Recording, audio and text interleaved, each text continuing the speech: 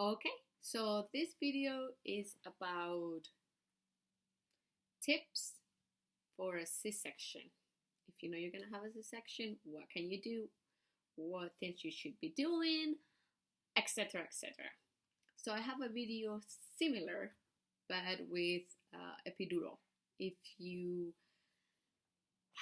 if you don't want to have an epidural, then there are a couple of things that I did with my first child that it really helped, and I was able to have my baby with no epidural. If you're interested, just go and click on my little icon, and then you can find my other videos, which there are not that many.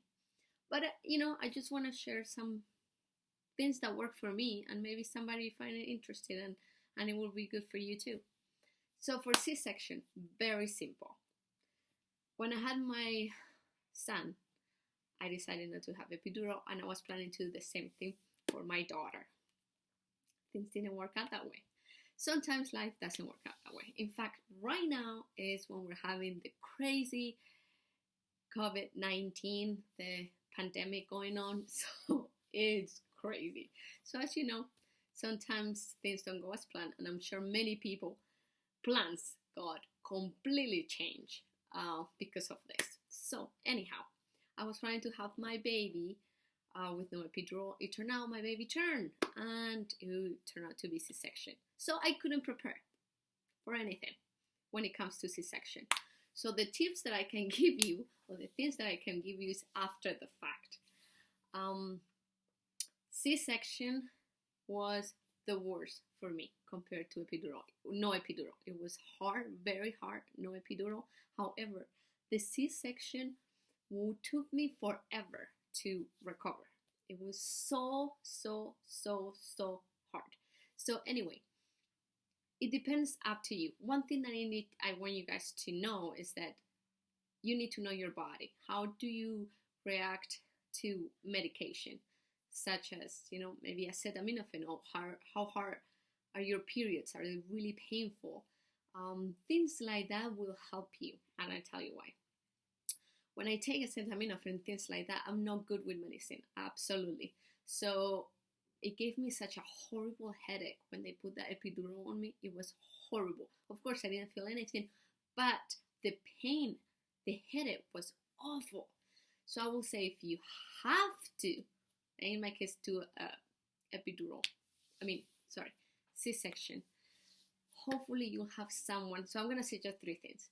Hopefully you will have someone that, after the fact, I realized it really helped me going through the C-section.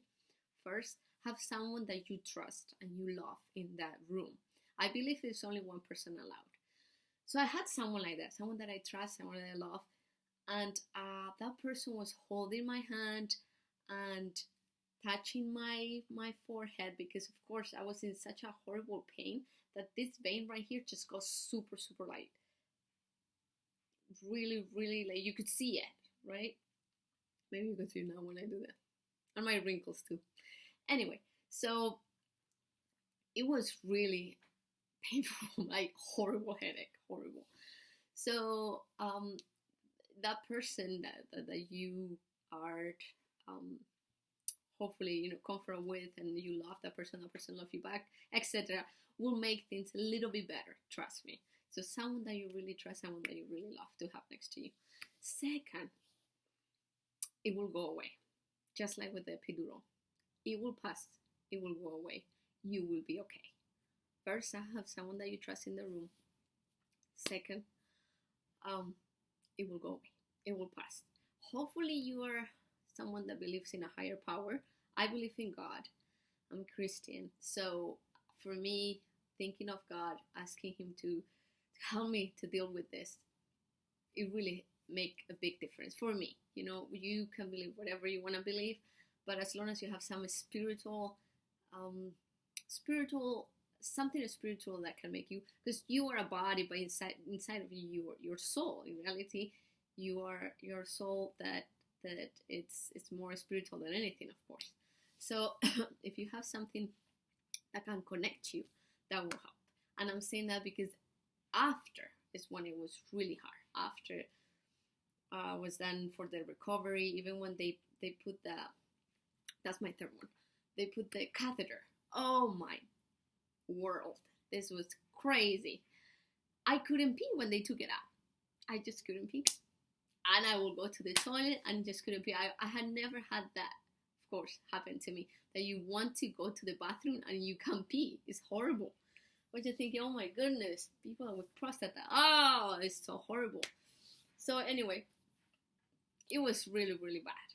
So issues, people that have issues with that. Anyway, so it was terrible, but it goes away. It just takes time. What they told me was it will take time. Some people, when you really can, then they will have to put that catheter back in. But I was positive. It's always important to have a positive mindset. It does really help. And know that it's gonna pass. And this shall pass. So things will get better. Or that at least will pass. This another challenge is gonna come. Because yeah, that's life. You know, challenges come and go. So anyway, those are my 3 tips. Have someone tips. Have someone that you trust next to you. I even forgot my. So have someone that you trust next to you, and then oh my days, I can't believe I forgot my other 2. I'm sure you remember. So